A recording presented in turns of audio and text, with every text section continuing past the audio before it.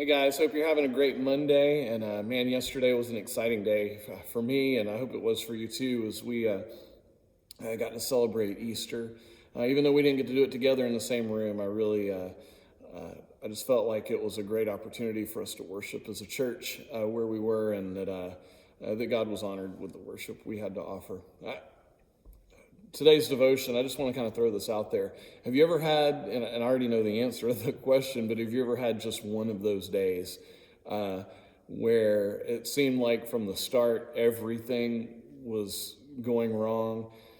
I think as we're going through the time we're going through right now, and especially as week after week it piles on, especially those who might be, financially, it might really be getting to be a struggle and a stress right now.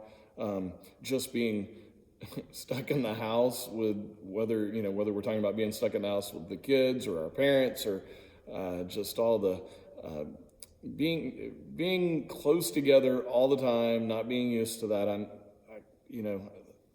know it can be getting hard, and I know for where even I am, and I'm coming up here to the church every day, and I'm trying to work hard to keep what we have going with our online streaming, and I know the rest of our staff is working hard too, just trying to keep things, keep us connected as a church, and so I'm not at home all the time, but it's still, man, I just miss seeing people. I miss seeing you guys so much, and worshiping with our family our church family on Sunday mornings and stuff. So I know, I just want to tell you, yesterday was one of those days for me, and because I remember I woke up and I like to, before I get out of bed, I like to go through my reading plan for the day and the Bible, and so I had done that, and I'd read, and just spent a little prayer time, and I knew the work that me and the staff had put into Sunday service, and all the technical stuff was ready to go, and the message was ready, and I just was like, man, we're going to show up, and it's going to be a lot of fun, and we're going to do it, and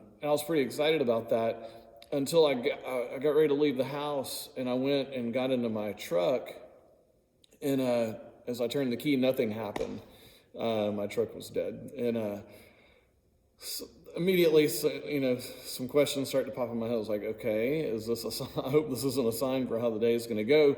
So I had to move all my stuff over to Anna's car, my daughter's car, and take it. And so, and naturally, of course, I forgot about half the things I needed. So I'm driving, and I realized I'd forgotten this, I'd forgotten that. I texted my wife and asked her if she could bring some stuff up to the church for me.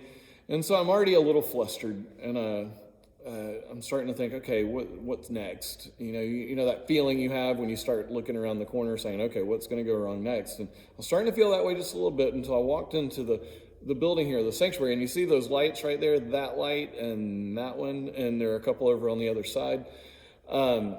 I walked in, and they were going crazy. They were flickering, and they were not doing at all what they're supposed to do. And they're not that big of a deal, other than it was just part of the color, the ambience of the room, and I'd worked to set those up and everything. They're going crazy. I had no idea, had they gotten struck by lightning again? I know we had thunderstorms Saturday night, but I couldn't get them to work. And so I'm like, there's another thing. I had to unplug them and couldn't use those. And got ready to start leading worship with the praise band. And the iPad that I used to set up our music, we had rehearsed on Thursday night. We had set everything up. Everything was gone. It was erased. It wasn't working. Apparently, the maker of that app that we use for worship on Sunday morning had done an update that the night before, and it had wiped everything out, and it was not recoverable. By this point, I was getting really frustrated, and it just felt like I felt like I was under attack. And I know that the praise team, we were all ready to rehearse, and nothing was going right. And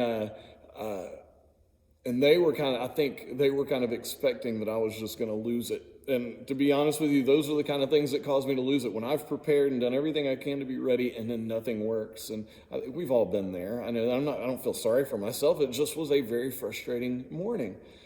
And there came a moment in the middle of that where I just stopped, and I took a deep breath, and I just had to say to myself, I am not going to let this compromise my integrity, my witness, who I am. I'm not going to let this ruin my Easter celebration, not only for myself, but for the staff around me and for the praise team around me, and the people that were ready to worship alongside me yesterday morning.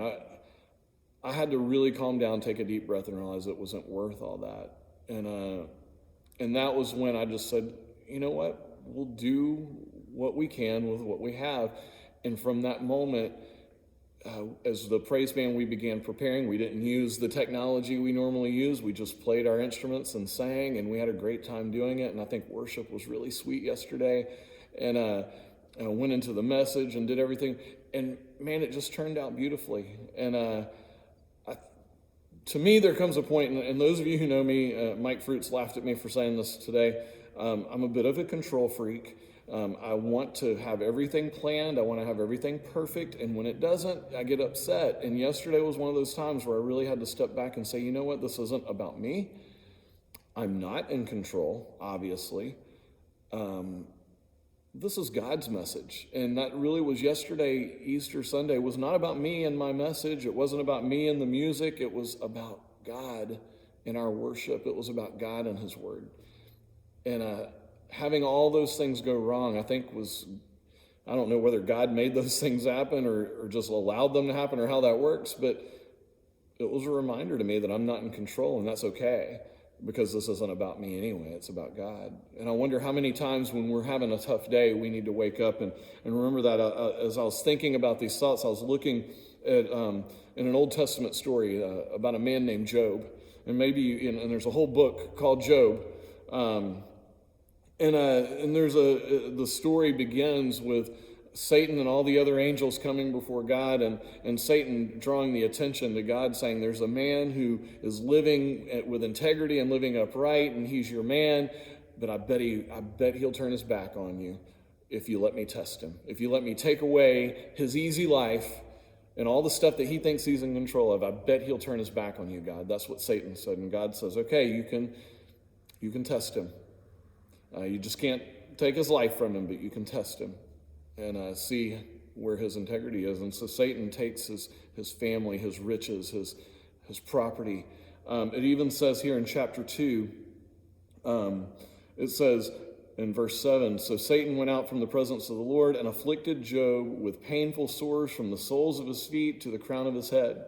Then Job took a piece of broken pottery and scraped himself with it as he sat among the ashes. And his wife said to him, are you still maintaining your integrity? Curse God and die. And Job replied, you are talking like a foolish woman. Shall we accept good from God and not trouble? In all this, Job did not sin in what he said.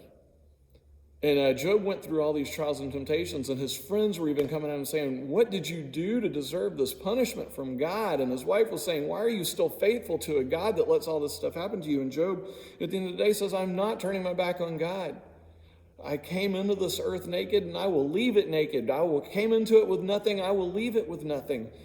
Everything here belongs to God anyway.